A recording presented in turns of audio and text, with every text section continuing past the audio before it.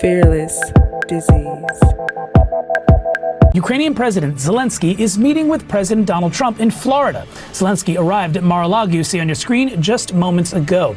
Now, they're discussing a peace plan released last week after earlier talks between both countries. President Trump says there is urgency to get a deal done. FearlessDisease fam, today we expose the truth they hate to hear. Like right now, if you are ready, as you see, the GOP Senate pushes for fast confirmation for Trump cabinet picks. It's gonna be good. But overall, just not just the picks. We see that Mr. Zelensky has finally bended the knee, and we're coming to shake hands so we can get rid of this war over there in Russia, which I love.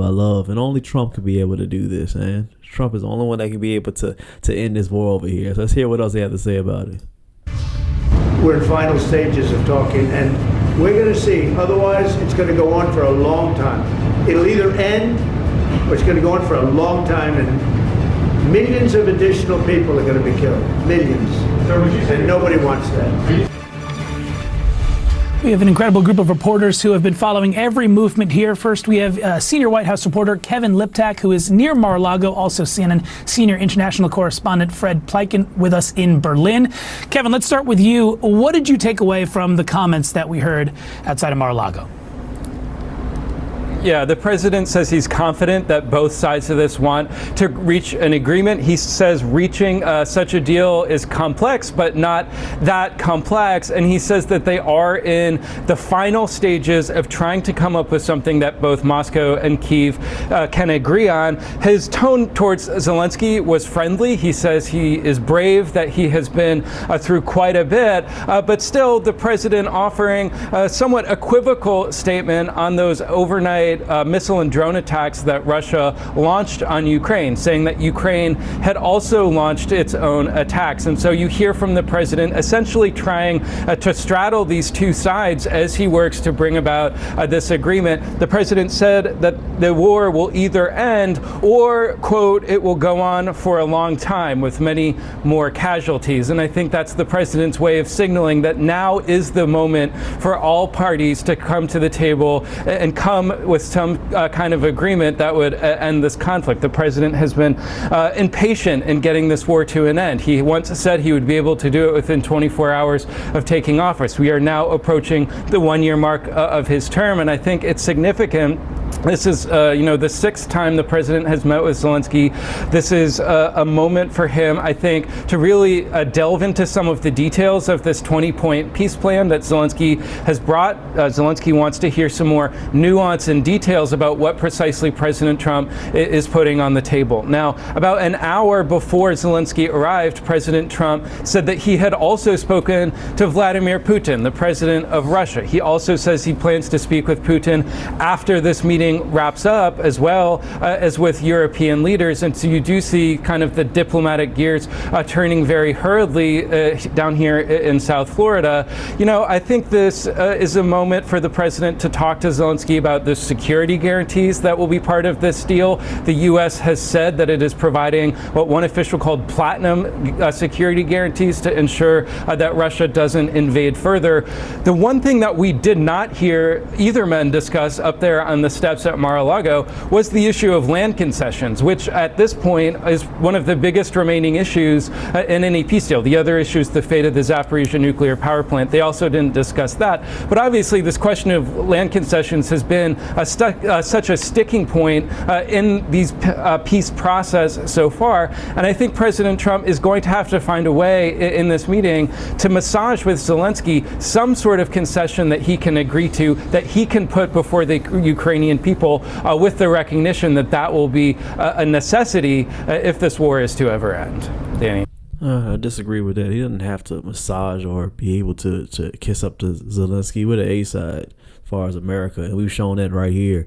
But CNN thinks that we need to be able to just bend this knee and think that we're Serbian to Ukraine. We don't have to. Trump party within 1 year is into this war swiftly and very seriously right now. And I want to point out he also wanted to say that to put into the peace treaty that we have some sort of like golden security to ensure that Ukraine or Russia will not be able to do this again in the future. I think that'll be good. That'd be good in the guidelines to put in some type of bylaws that in the future we need to not do this or not be able to attack someone else because of some small disagreement or anything like that. So some sort of golden security, what they're calling it, that'll actually be good. But as you see, the liberals will be a little bit upset because within a year he's able to create this type of diplomacy, and it's going to be a big win for Trump in the long run.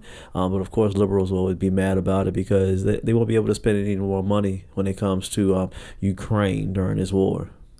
Well, and to that point, many countries who are eagerly looking on the result of this meeting is, of course, the European Union and those countries within. Fred Pleiken, to the point about land concessions and other compromises that might be on the table, that was actually, I should say, Zelensky opened the door a little bit to compromise in this latest peace proposal. What's your perspective there? How do you think that could play out in today's talks?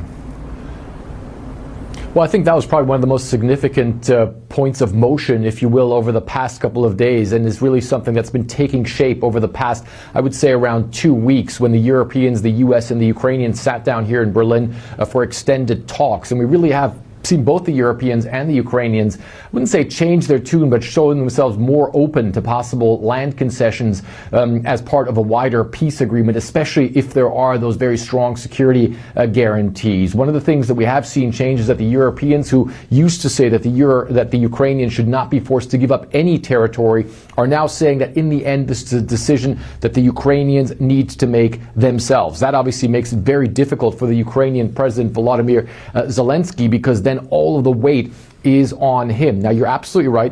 We have seen Volodymyr Zelensky in the past couple of days, I think it was since this past Tuesday, sort of open the door to possible land concessions, meaning a very small portion of the Donetsk Oblast, the Donetsk area in the east of Ukraine. It's the portion of that state that the Ukrainians still hold and the Russians want, but that are very heavily fortified, and a lot of Ukrainian forces there defending that area. Now, as far as a possible compromise is concerned, one of the things that the U.S. has put out there is those very strong security guarantees, saying, look, if you make that concession, then the U.S. will be part of very strong security guarantees that are almost like being in NATO, even then Ukraine would not be in NATO. And the other thing, of course, is that the U.S. is saying, if you're willing to make those compromises, that concession, that then there could also be massive investment, not just by the U.S., but by other countries and companies into Ukraine in the future, not just to rebuild Ukraine, but to make Ukraine prosperous, as Secretary of State Marco Rubio put it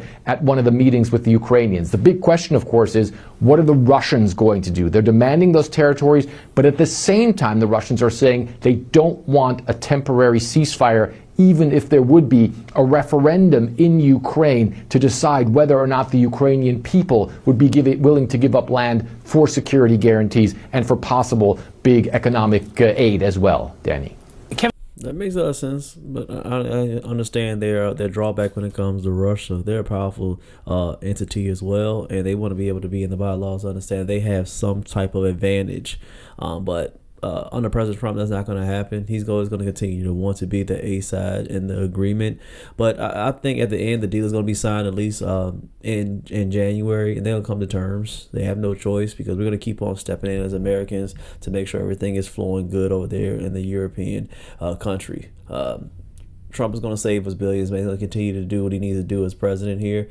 There's nothing else that the liberals can do about it. The rest of the video is going to be in the description. Make sure you check it out. It's a great segment. But until then, smash the like, tap the next video here on the screen, subscribe, and hit that bell. CashApp FearlessDisease is always in the description if you are rocking with the movement. See you on the next one. Stay rich and stay fearless.